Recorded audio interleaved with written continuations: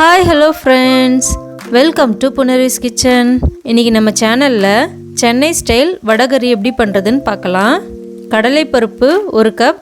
இது 100 கிராம் அளவு இருக்கும். இதை நல்லா ஒரு தடவை வாஷ் பண்ணிட்டு அரை மணி நேரம் ஊற வச்சு எடுத்துக்கோங்க. இந்த கடலை பருப்பை ஒரு மிக்ஸி ஜார்ல போட்டுக்கலாம். இதோட கொஞ்சமா உப்பு சேர்த்து நல்லா கொரகொரப்பா அரைச்சு எடுத்துக்கலாம். பாருங்க இந்த மாதிரி அரைச்சு எடுத்துக்கணும். இப்போ இது எண்ணெயில போட்டு எடுத்துக்கலாம். எண்ணெய் வந்து நல்லா சூடாக இருக்கணும். இப்போ அரைச்ச கடலைப்பருப்பை வந்து சின்ன சின்னசாக இந்த மாதிரி கிள்ளி போட்டுக்கலாம். நிறைய பேர் வந்து வடை மாதிரி தட்டி போடுவாங்க. அப்புறம் இட்லி பாத்திரத்தில் கூட அவிச்சு எடுத்துப்பாங்க. அந்த மாதிரி செய்தோன்னா கிறிஸ்பாக இருக்காது. இந்த மாதிரி சின்ன சின்னசாக போட்டு ஃப்ரை பண்ணோன்னா வடை வந்து கிறிஸ்பியாக இருக்கும். இது நல்லா இப்போ கலர் மாதிரி வரணும்.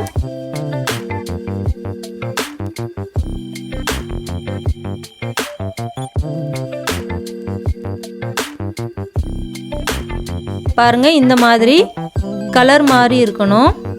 இப்போ இது ரெடி ஆயிடுச்சு. இதை எடுத்துடலாம்.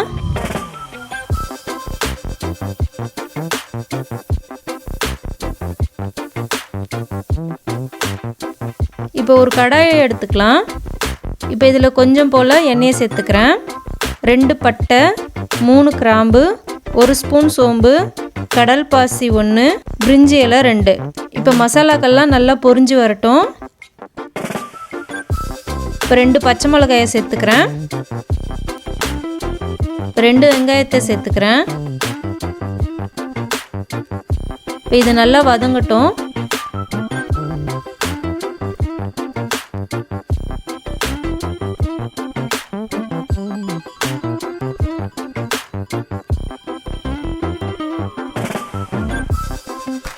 இப்போ ஒரு கைப்பிடி அளவு புதினாவை சேர்த்துக்கிறேன். புதினா போடும்போது வந்து வடகறி நல்லா வாசனையாக இருக்கும்.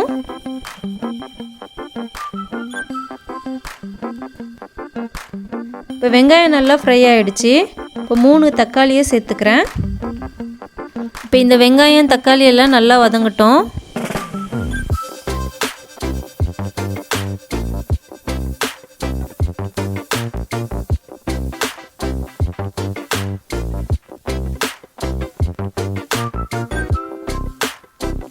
இப்போ 1 ஸ்பூன் இஞ்சி பூண்டு பேஸ்ட்டை சேர்த்துக்கிறேன். இப்போ இது நல்லா ஃப்ரை ஆகட்டும்.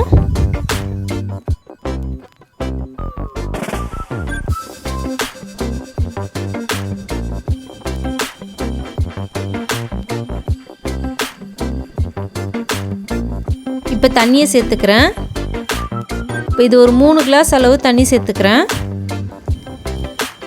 அதிகமாகவே தண்ணி சேர்த்துக்கோங்க. ஏன்னா வடையை சேர்த்ததுக்கு அப்புறமா கெட்டியாகிடும். அதனால தேவையான அளவு தண்ணி சேர்த்துக்கோங்க. இப்போ வடகறிக்கு தேவையான மசாலாக்களை சேர்த்துக்கிறேன். 1.5 ஸ்பூன் மிளகாய்த்தூள், 2 ஸ்பூன் தனியாத்தூள், 1/2 ஸ்பூன் மஞ்சள் தூள், தேவையான அளவு உப்பு.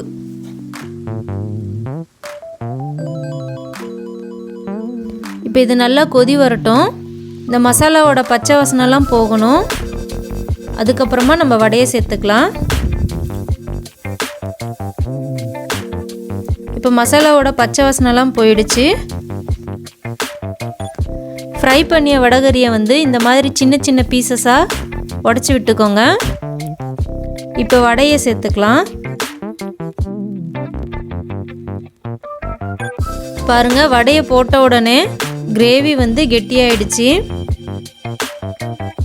இது கொஞ்ச நேரம் கொதி வரட்டும்.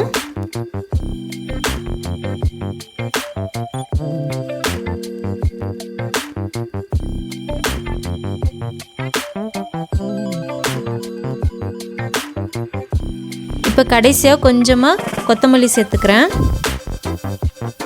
இந்த வடகறியை வந்து சாப்பிடும்போது நல்லா கிறிஸ்பியாக இருக்கும். இப்போ நம்மளோட சென்னை ஸ்டைல் வடகறி ரெடி ஆயிடுச்சு.